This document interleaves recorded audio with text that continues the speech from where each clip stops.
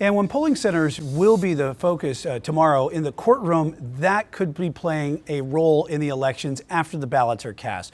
Reports show there's 196 election lawsuits across 40 states, and they allege a range of issues, including voter fraud and other irregularities. Chief Legal Analyst Khalif Rhodes joins me now to talk a little bit about this.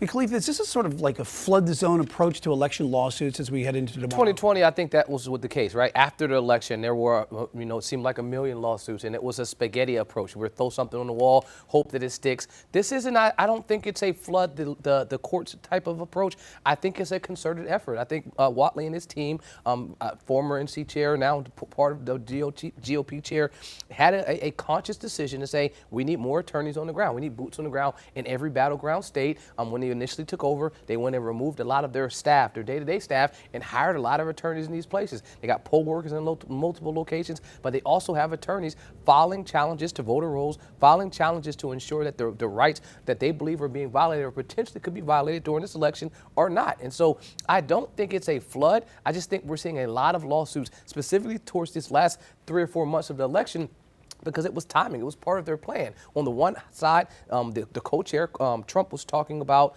making sure that they embrace early voting. On the other side, Whatley was talking about making sure we have attorneys in place for challenges, and they've both done exactly what they said. You look at the voter numbers, Republican voter numbers for early voting have turned up. You look at the lawsuits in multiple states, specifically swing states, have went up. So all of this is right on par with what both of them said they do. And the other thing concerned too is about who's the judges making these decisions right now, as we've seen going forward. But also 2 years ago, Congress passed the Electoral Count Reform Act, and that revamped the congressional certification to avoid what we all saw and remember on January 6th.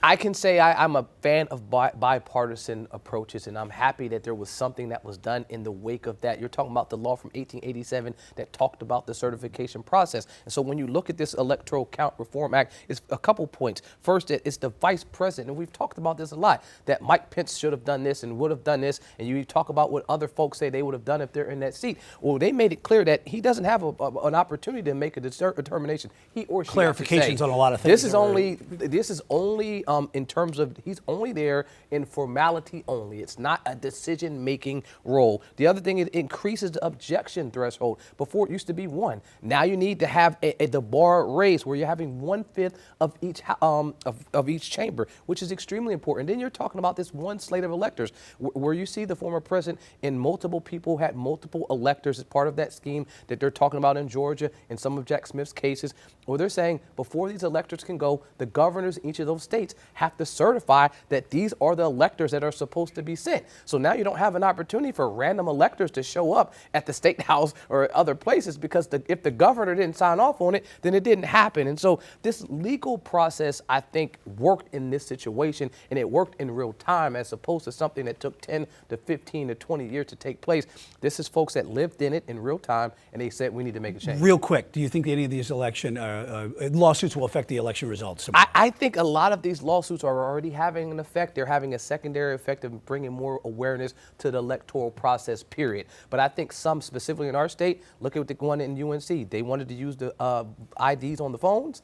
The court said you can't do that. And so now if you're a student, you got to go out and get a physical ID. I think some of these cases will have meaningful impacts on everyday people instantly. And will we find out if we have a next president on Wednesday? That remains to be seen. A lot of that will be determined on a lot of the lawsuits as well. All right, Khalif, thanks.